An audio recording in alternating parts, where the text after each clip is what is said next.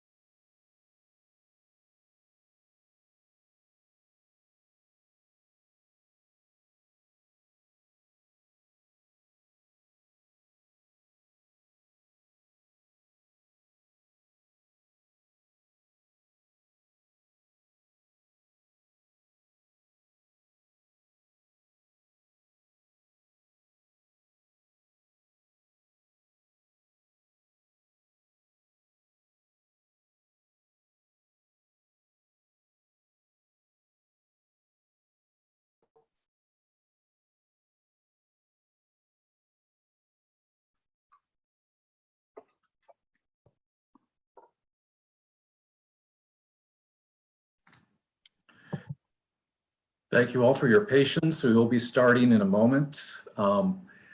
This is the Zoom session for Joshua Trust 55th Annual Meeting. We'll be starting as soon as we're sure that everyone who's in the waiting room has been admitted. Please be aware that this meeting is being recorded, and please remain on mute. Thank you.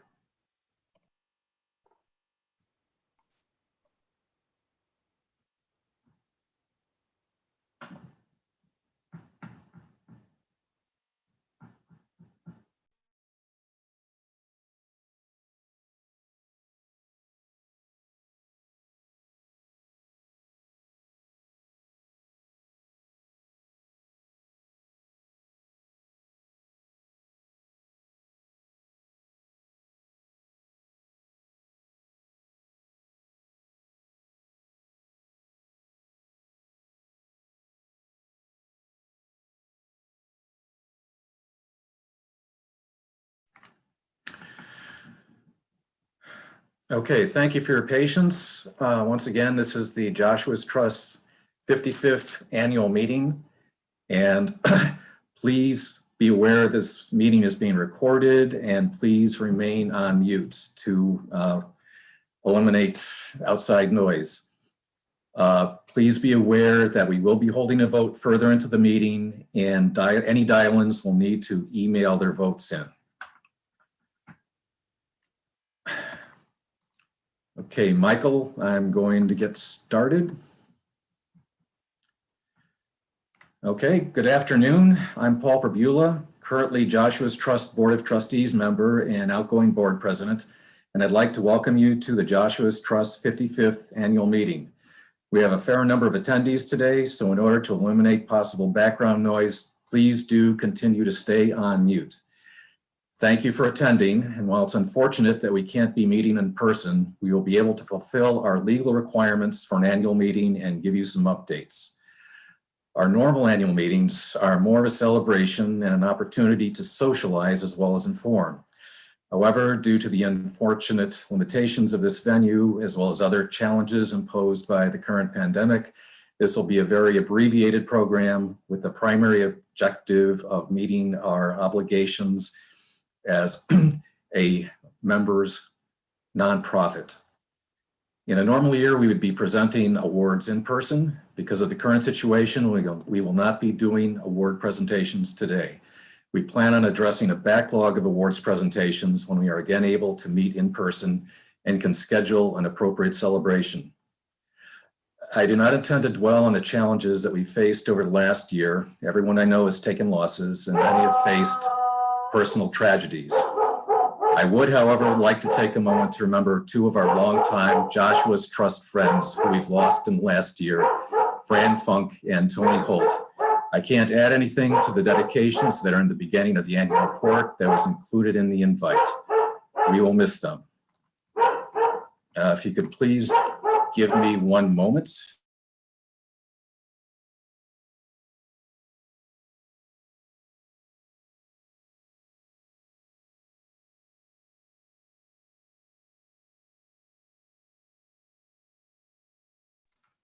Sorry about that.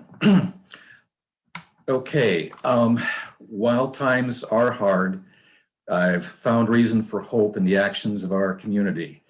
As hikers, walkers, nature lovers, etc., gravitate to our properties in a search for relative solitude in the outdoors, activity on our properties has increased. While increased traffic has brought with it some challenges, this trend has also brought more recognition to JT, along with more new donors and volunteers who have liked what they've seen and want to help. This brings me to the unbroken support we continue to receive from our donors and volunteers is outstanding, and I thank you all. I would like to also extend special thanks to our community sponsors for their continued support. The National Institute for the Clinical Application of Behavioral Medicine, Stanley Black & Decker, Anything Printed, Reservoir Financial, Boulder Mountain Creative, Fresh Air and Peace, Capital Garage, Mansfield Supply, and Schnipsit Striders. On to the required business at hand. One of the requirements for a member-based nonprofit is that we hold an annual meeting for membership, and the member attendees who attended last year's annual meeting need to approve the minutes from the prior year. To that end, the minutes from last year were included with the annual report that went out with the invite. We'll be asking you to vote via Zoom poll in a few minutes regarding both meeting minute approval and the proposed slate of trustees, which our Secretary Karen Zimmer will present next. Please abstain from voting regarding the meeting minutes if you were not in attendance last year. We'll be voting via a Zoom poll, which will appear after Karen is done. We'll give you 2 minutes to respond, then close the poll and announce the results. So may I present our board secretary, Karen Zimmer. Good afternoon. Looking forward to meeting all of you, hopefully next year, or if not before. So we have a wonderful slate this year of 5 people for trustee.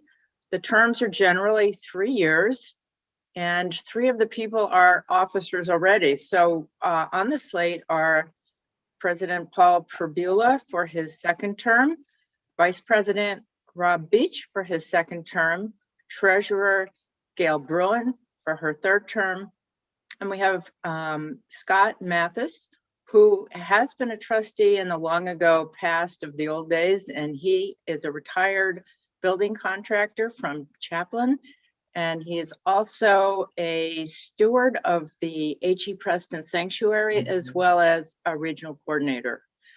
He's also an inland wetlands commissioner in the town of Chaplin for many, many years. So Scott is running for his first 3-year term. We also have Chris McElroy, who is a Hampton resident. Chris has been appointed a trustee in October of 2020. So he has 2 years left. He's never been voted on at the annual meeting. So Chris is a mechanical engineer, retired with several patents. He's also a easement monitor, and he's been helpful, very helpful on the acquisitions committee for several years. So that is the slate of candidates. Thank you, Karen. So, as president of the Board of Trustees and chair of this meeting, I am making a motion that we approve both the meeting minutes from the 20th annual meeting and the slate of trustees as presented by Karen Zimmer. The Zoom poll should appear on your screen momentarily. Please respond within 2 minutes. If you have dialed in via phone and you are a member, please email your vote to administration@joshuastrust.org. Thank you, and please vote.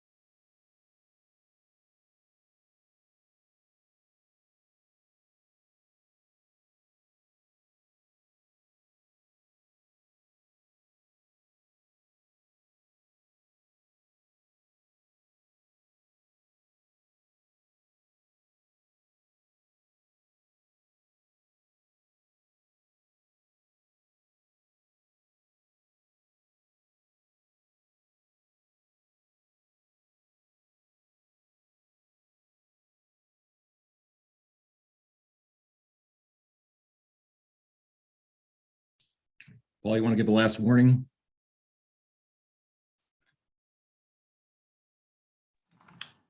I'm sorry. Give I'm the sorry, last warning Michael. that we are ending the poll. Yes.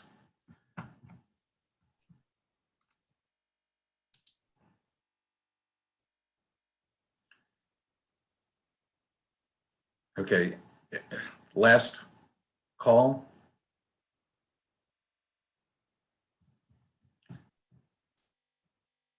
Okay.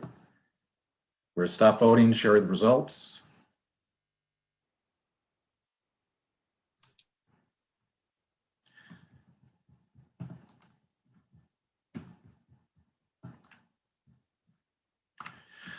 Okay, thank you all.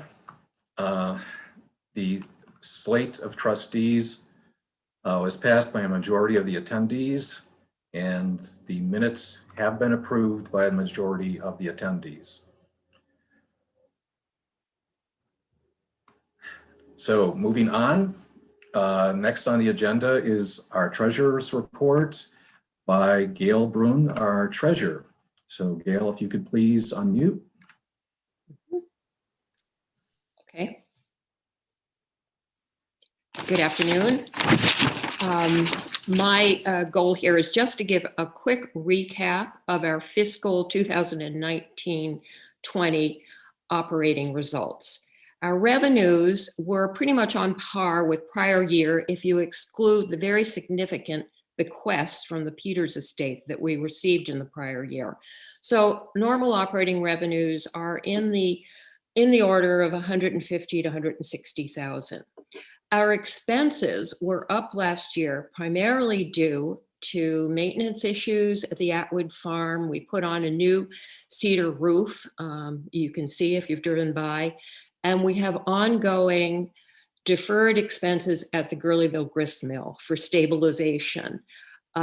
This all, and in addition, we had higher payroll costs because we have increased our part-time staff. That resulted in an operating loss of approximately $300,000. Now, this is funded from quarterly releases based on assumption of a 3 to 3.5% release from our investment portfolio. Our investment portfolio grew actually during that fiscal year by $241,000. So you can see we are keeping up with our operating costs for sure. Going forward, we will continue to need to release from that very significant investment portfolio to cover our operating costs. Our draft audit for the year has been received. I've reviewed it. It's going to be reviewed by the Finance Committee, and then the 990 will be submitted, and it will be on view in our offices if anybody would like to see it. The 990 will be publicly available. The investment portfolio that I mentioned is managed by Vanguard. It is a well-diversified, low-fee fund, and at 12/31/20, it was over $8 million. Our operating budget, we are sort of planning, it hasn't quite been finalized, but will also be in the order of the 300,000 negative, which will be funded from our portfolio releases. So that's about all I have. And I'll turn it back to Paul. Thank you very much for that, Gail. Sounds like we're healthy. Okay, thank you, Gail. And moving on to our executive director's report, introducing Michael Veen. Thank you, Paul. I was put down on the agenda as addressing the topic, how to run a land trust during a pandemic, which is interesting. I would say that the pandemic has allowed the organization to take a hard look at how it operates and assess itself and make a variety of changes. At the very earliest stage of COVID impacting us, we took the opportunity of the downtime to actually visit all of our properties with trails. As staff, we visited them all and assess what condition they were in, what improvements they needed, et cetera. And that enabled us this year, this calendar year, for the first time to establish a work plan for the year to begin on stewardship activities to improve how the properties serve the communities around us. I would say because of COVID, we vastly increased our visibility to a broader public. COVID has induced many people to want to come out and recreate out of doors where they can safely socially distance and get the exercise and just the mental health dose that they need of being outdoors and active. What I have noticed, which I have not seen in prior years, is we are now attracting people from a distance. COVID has made people willing to travel for outdoor recreation. The people I'm aware of that are traveling the furthest are coming from the Boston area and from Providence, as well as some people who weekend from New York City, and they have been using our properties in many cases for the first time ever and discovering the area. And our Boston friend has actually made day trips where he visits our properties, town properties, other land trust properties. What I find interesting with the new people is they have been communicating with us how they find the properties. And we've been getting suggestions on how to improve the land walking experience of a new generation of people. And by new generation, I mean new to outdoor recreation in ways that you might not expect. We've discovered we've been attracting people who've never walked on blazed trails before and thought that when the color changed, we simply had run out of paint and switched colors. I had a great conversation with a family that wound up hiking the loop in Wolf Rock here in Mansfield, and they saw that the trail changed to blue, and they walked for about an hour before they realized that they should have been circling back, not continuing on. So we've actually made a lot of new friends through this communication interaction. We've also taken on a whole new meaning for people looking for outdoor volunteer activities, because we offer the opportunity to join with some people, safely socially distanced, and do something good for the community. I've had conversations with people who have definitely reassessed their priorities. We've had conversations with landowners who are feeling their own mortality and are now wanting to make decisions regarding family land to protect it for future generations. It has led people to rethink what they want to support financially, which has been very good. And I think above all else, over the last, particularly the last 9 months, I've seen a increase in just expressed appreciation. People who are glad that we're here, appreciate what we do, want to help, want to get involved. And I think it's all wonderful, and we need to keep that going. In terms of specific accomplishments for the year, I think John Hankins will be speaking to some of this in stewardship. We've greatly increased our stewardship efforts, and we have a long ways to go. On the acquisitions front, the acquisitions committee has not been slacking off. We acquired a 236-acre conservation restriction, a significant property in the town of Chaplin that abuts existing state forest land. We have acquired the Regan property, which is a property in Tolland that we already had a conservation restriction on, but now we own it and have greater control over the use of the property. And one of the things we're going to be doing is opening up a trail there that highlights a significant segment of the historic Connecticut Path. We finally, after some years of trying, managed to complete a transaction on Schmid Overlook, which is wetland property protecting the Willimantic River. That's in the town of Coventry. It is there that we actually, during COVID times, had our largest volunteer work party, which was 50 students from UConn, all spaced out into smaller groups across the property. Good to keep the connection going with our volunteers. We also received property, a very small property, less than an acre, Pete Fryman Park. It's in Hampton. It's not yet been turned into parking for 2 cars, but it's going to be basically pull-off parking for people to access our Warren Stone Preserve, which is otherwise difficult to get to because it's down an unimproved road. And Mr. Fryman, a gentleman in his 70s, now living in Florida, was a delight to interact with. He's quite an interesting gentleman. We had a newsletter write-up on him and his father, and the property is named to honor his father. And I am extremely glad that when we chose the name Pete Fryman Park, because it's a parking area, that Charles was as amused as we were, because that could have been an awkward conversation. But he thought it was a fantastic tribute to his father. Gail already mentioned the Atwood repairs that we've done. We also put a new roof on the Weaver's Cottage and did some repairs to the 1883 barn. We had what seemed like the project that never ended, which was the construction of a 165-foot boardwalk in Bradley Buchanan Woods here in Mansfield. It's an interesting project, mainly because it's much longer and it is at a higher elevation than the boardwalk it replaced. because of climate change. We have had basically increased runoff events into Echo Lake, and that is a captive lake. And when the water can't evaporate, the water level rises. And we had a boardwalk that was underwater for a couple of years until we could put the new one in. We were, and perhaps it was influenced by COVID, we were the recipients of a very, very generous contribution, which enabled us to purchase a used Ford F-150 pickup truck, which has made a lot of our stewardship activities a lot easier. It just removes a layer of complexity of coordinating when's a volunteer available with a pickup truck who can handle this work party on this day. And last thing I'll mention is just a interesting coincidence.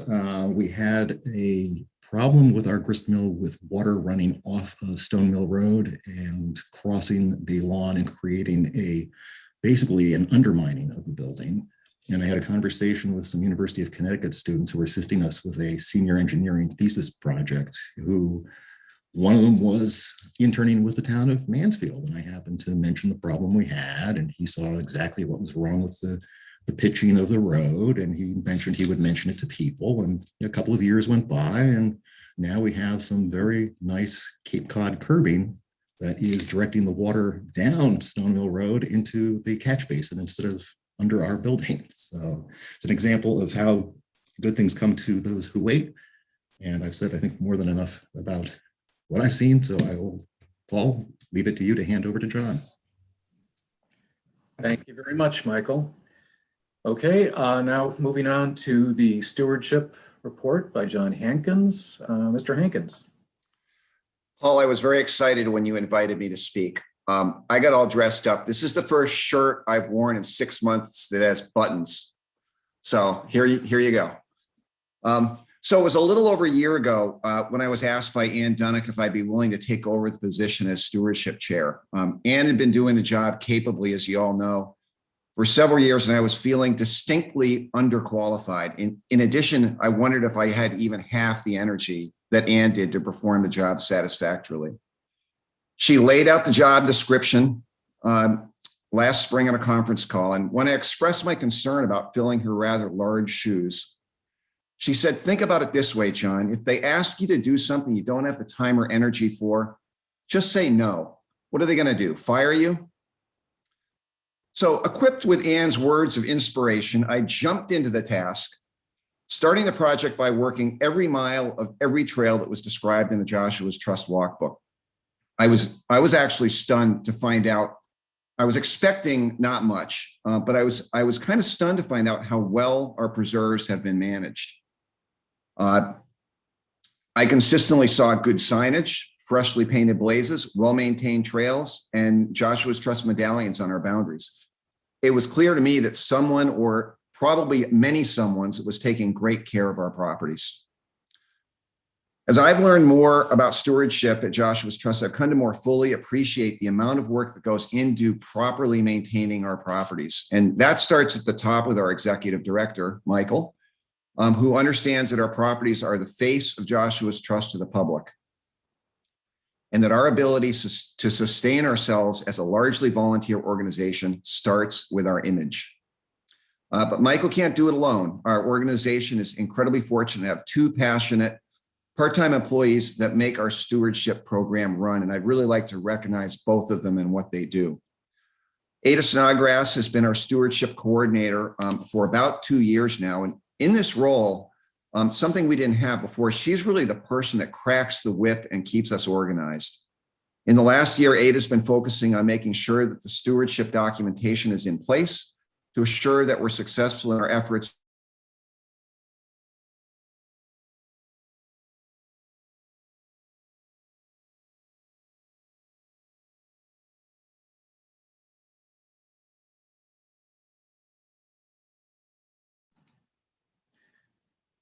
I believe we're having a technical difficulty. If you'll just bear with us for a moment.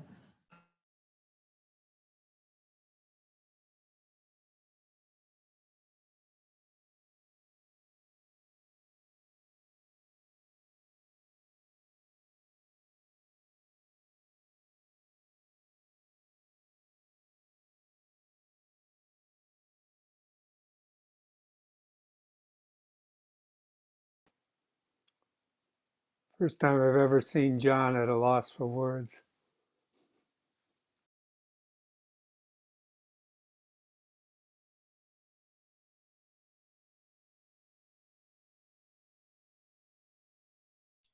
Paul, let's give him a minute to see if he can get back into the waiting room.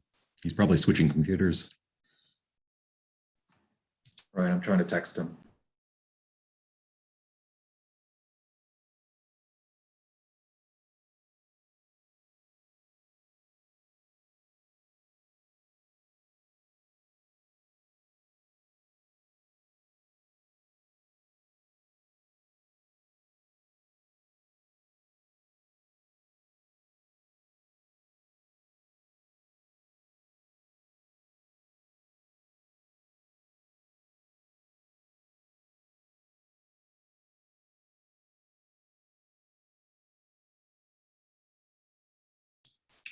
John just texted he's going to reboot.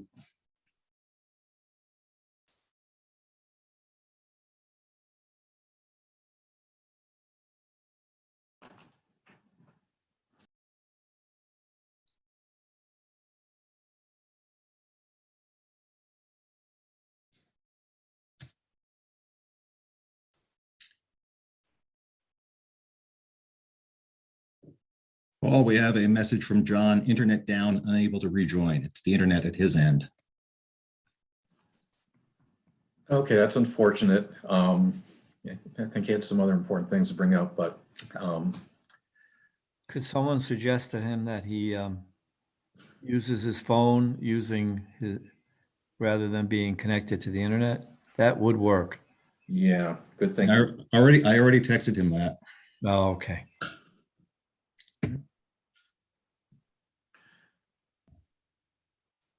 So Michael, do you know that he's trying to do that now? He hasn't responded to my suggestion yet. Okay. Poor guy's we'll probably trying to do 5 things at once. Sure, sure. This is why we always have the Zoom app on our phone ready to go at a moment's notice.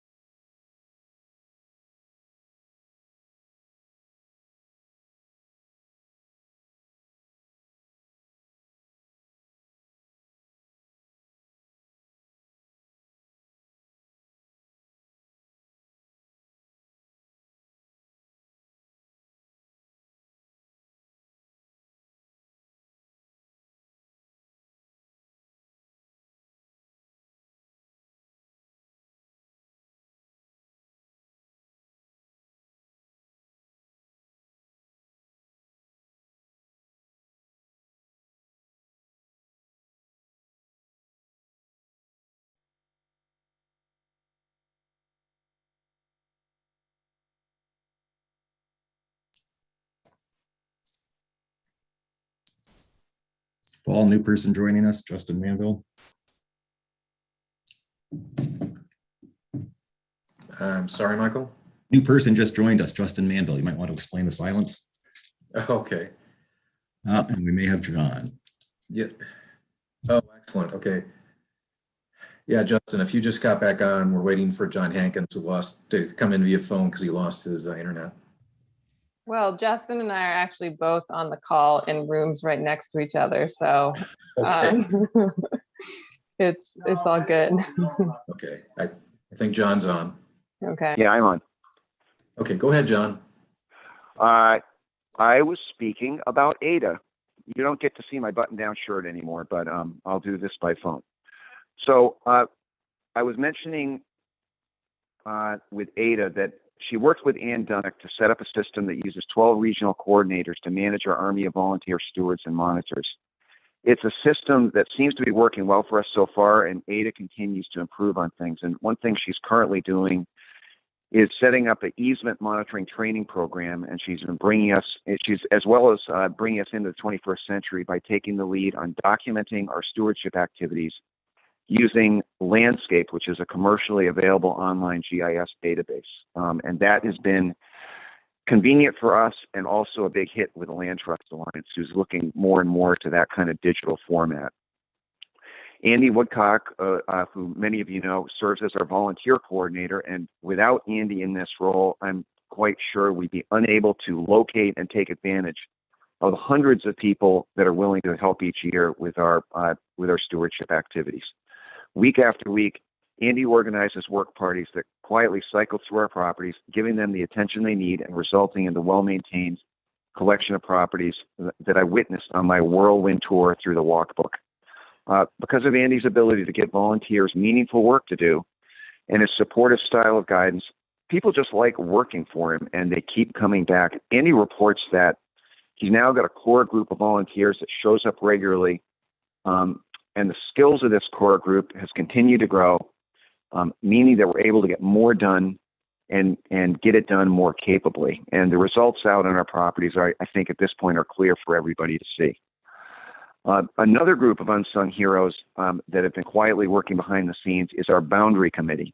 Since none of us live on properties we maintain, we need to be extra diligent that we protect our properties from encroachment or other misdeeds. And this starts with understanding where our boundaries are located.